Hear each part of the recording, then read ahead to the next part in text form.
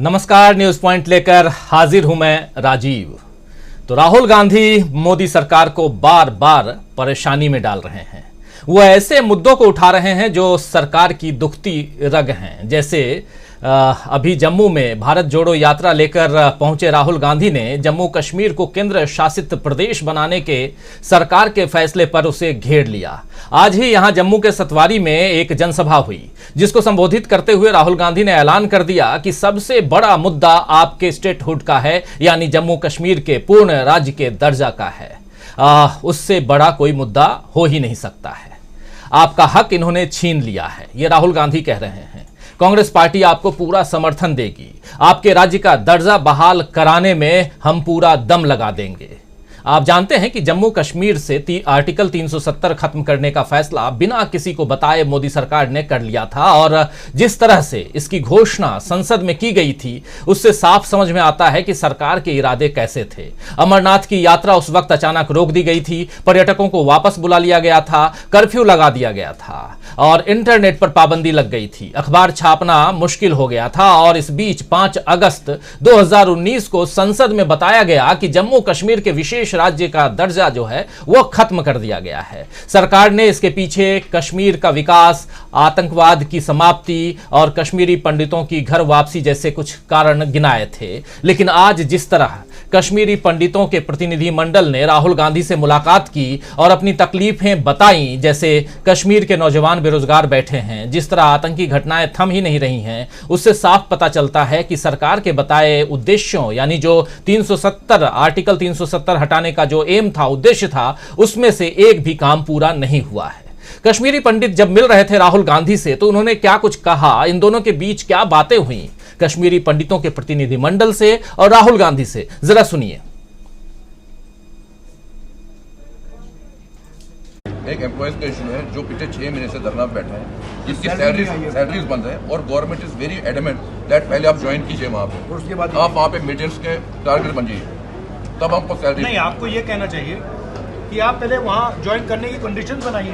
ये आपका फेलियर है वहाँ पे, और अब इंटरनेशनल मीडिया को बता रहे हैं कि वहाँ पे हालात ठीक है। हमें तब तक रिलोकेट कीजिए कहीं पे आउटसाइड वैली, जब आपके हालात ठीक हो जाएंगे हम वापस चले जाएंगे। इलेक्शन के टाइम पे याद आते हैं। They are just using the Kashmiri Pandits only for the vote politics, nothing else. They have always used us. The name of Kashmiri Pandits for like have been this thing has been happened. Only when election comes, they get activated regarding Kashmiri Pandits. जो ये unidentified बोलते हैं वो समझ नहीं आ रहा है sir आज तक कौन। उसको शॉर्ट किया गया उसी दिन, और वो लेटर अल्लाह टाइगर से निकालिए सर वहाँ पे। May be next one I am on, I live in Srinagar sir. हो सकता है कल को मुझे टारगेट कर लेंगे। I have got no security, I have got no whereabouts. जो काम कांग्रेस ने किया वो दिखा रहे हमने किया है, कुछ नहीं किया उन्होंने, 1 रुपए का काम नहीं किया है। एक नई चीज दिखा दे मेरे, जिन्होंने जो पॉलिसी कांग्रेस डॉक्टर मनमोहन सिंह ने की या मैडम सोनिया गांधी ने की थी, उसके बाद मुझे एक चीज दिखा दी जो उन्होंने कश्मीरी पंडितों के लिए नया किया है। क्या उन्होंने नए क्वार्टर, वो उनकी पॉलिसी थी, वो उन्होंने जगह आइडेंटिफाई की थी जहां क्वार्टर बनानी है, वो उनकी पॉलिसी थी, वो नौकरियां उनकी पॉलिसी थी। वो कैश अनाउंसमेंट स्टार्ट किया कांग्रेस से, उन्होंने बढ़ाया, वो कांग्रेस से बढ़ाया। इन सालों में उन्होंने किया कि एक नया बता दो। उन्होंने कहा क्या उन्होंने जो एवरेज एम्प्लॉइज है उनके लिए कुछ किया? आज तक कुछ नहीं किया। जो फूड ग्रेन्स मिलते हैं इन्होंने वो तक बंद कर दिया हमारा, और कह रहे हैं हम पूरे हिंदुस्तान में 80 करोड़ लोगों को खिला रहे हैं। Actually, they don't want to solve the problem, क्योंकि it keeps the Hindu-Muslim issue alive in the country.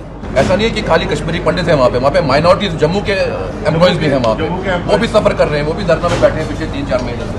जो जम्मू के एम्प्लॉयज, डोगरा एम्प्लॉयज जो कैटेगरीज में लगे हैं, वो भी परेशान हैं and they want us to divide and rule करना चाहते हैं। सर, राहुल भट्ट को तहसील ऑफिस में एक चेयर पे मारा सर। एक लेडीज है वो टीचर, उसको स्कूल के प्रेमिसेस स्कूल में मारा गया। सुपिंदर कौर। हम चाहते हैं कि उन बच्चों को यहाँ पे शिफ्ट किया जाए जब तक कश्मीर में हालात ठीक होंगे। मानते नहीं सर। तो आप सुन रहे थे कश्मीरी पंडितों की बात। राहुल गांधी के साथ ये एक डेलीगेशन जो है वो राहुल गांधी से आज मिला और अपनी बात और खासकर जो दुख है वो कहीं गुस्सा भी है, और दुख अगर है तो गुस्सा आएगा ही, और वो साफ यहाँ दिखाई दे रहा है। और इसीलिए अब राहुल गांधी ने भरी सभा में आज ऐलान कर दिया है कि कश्मीर को उसका पुराना हक दिलाने में कांग्रेस जी जान लगा देगी। यानी कश्मीर के मुद्दे पर कांग्रेस ने बीजेपी को घेर लिया है। भारत जोड़ो यात्रा में अब तक अलग अलग जगहों पर हुई जनसभाओं में राहुल गांधी ने महंगाई और बेरोजगारी जैसे मुद्दों को प्रमुखता से उठाया, युवा पीढ़ी और देश के भविष्य को लेकर चिंता जाहिर की है। लेकिन आज जिस तरह का ऐलान राहुल गांधी ने किया वो बताता है कि उनके इरादे कितने मजबूत हैं और कांग्रेस की सत्ता में वापसी को लेकर राहुल गांधी कितने आश्वस्त भी हैं। तभी तो वो कश्मीर की आवाम को आश्वासन दे रहे हैं। भारत जोड़ो यात्रा का ये अंतिम पड़ाव दोस्तों बीजेपी के लिए अंतिम चेतावनी की तरह है कि अगर अब भी बीजेपी ने अपने रवैये में बदलाव नहीं किया, अगर हवाई दावों की आड़ में राजनीतिक फायदा भुनाने की आदत को नहीं छोड़ा, तो उसके लिए अगले चुनाव में जीतना मुश्किल हो जाएगा। लेकिन उधर मध्य प्रदेश में एक सभा को संबोधित करते हुए कल रक्षा मंत्री राजनाथ सिंह ने अपने पूरे भाषण में से लगभग आधा भाग राहुल गांधी और उनकी यात्रा पर बोला। राजनाथ सिंह ने कहा कि राहुल गांधी को पूरी दुनिया में जो है, राहुल गांधी देश को पूरी दुनिया में बदनाम कर रहे हैं। आइए जरा सुनिए क्या कुछ कह रहे थे कल राहुल गांधी। राजनाथ और एक कांग्रेस के नेता, मैं नाम नहीं लेना चाहता, आप लोग जानते होंगे, भारत जोड़ो यात्रा पर निकले। बहनों भाइयों, भारत हमारा टूट रहा है। मैं आपसे पूछना चाहता हूं, आपसे पीछे लोगों से मैं पूछना चाहता हूं, क्या हमारा भारत टूट रहा है? इधर के लोगों से पूछना चाहता हूं, क्या टूट रहा है? वो भारत जोड़ने के लिए निकले हैं। और आज ये राहुल गांधी चारों तरफ घूम घूम कर कह रहे हैं हिंदुस्तान में नफरत ही नफरत चारों तरफ है। मैं उनसे पूछना चाहता हूं, हिंदुस्तान में नफरत पैदा करने का काम कौन कर रहा है? क्या सारे देश में मोदी जी लोगों के बीच नफरत पैदा करने का काम कर रहे हैं? क्या मध्य प्रदेश में शिवराज सिंह जी लोगों के बीच नफरत पैदा करने का काम कर रहे हैं? मैं आपसे इस सवाल का जवाब चाहता हूं बहनों भाइयों, क्या यह नेता लोगों के बीच नफरत पैदा कर रहे हैं? कहां उनको नफरत दिखाई देता? सारी दुनिया में या कांग्रेस के लोग भारत को बदनाम कर रहे हैं मेरे बहनों भाइयों, इसका उन्हें जवाब दिया जाना चाहिए। सारी दुनिया में भारत की छवि खराब करने की कोशिश कर रहे हैं।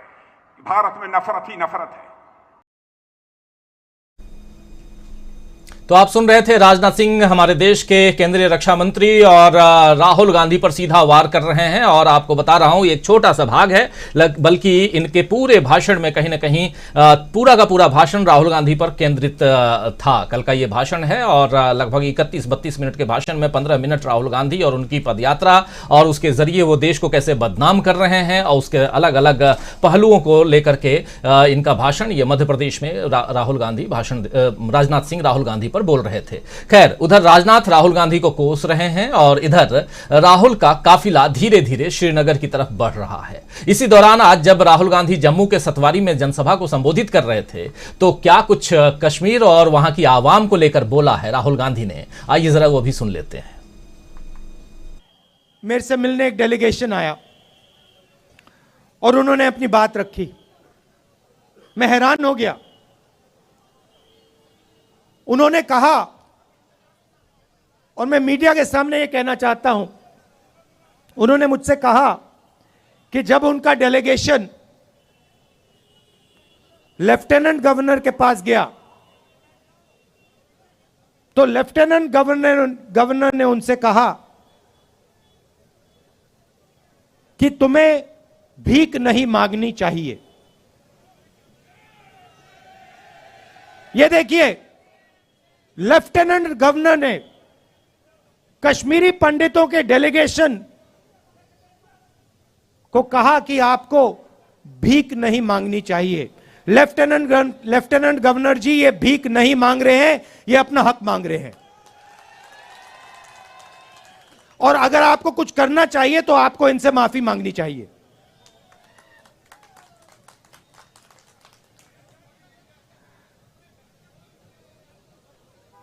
यहां पे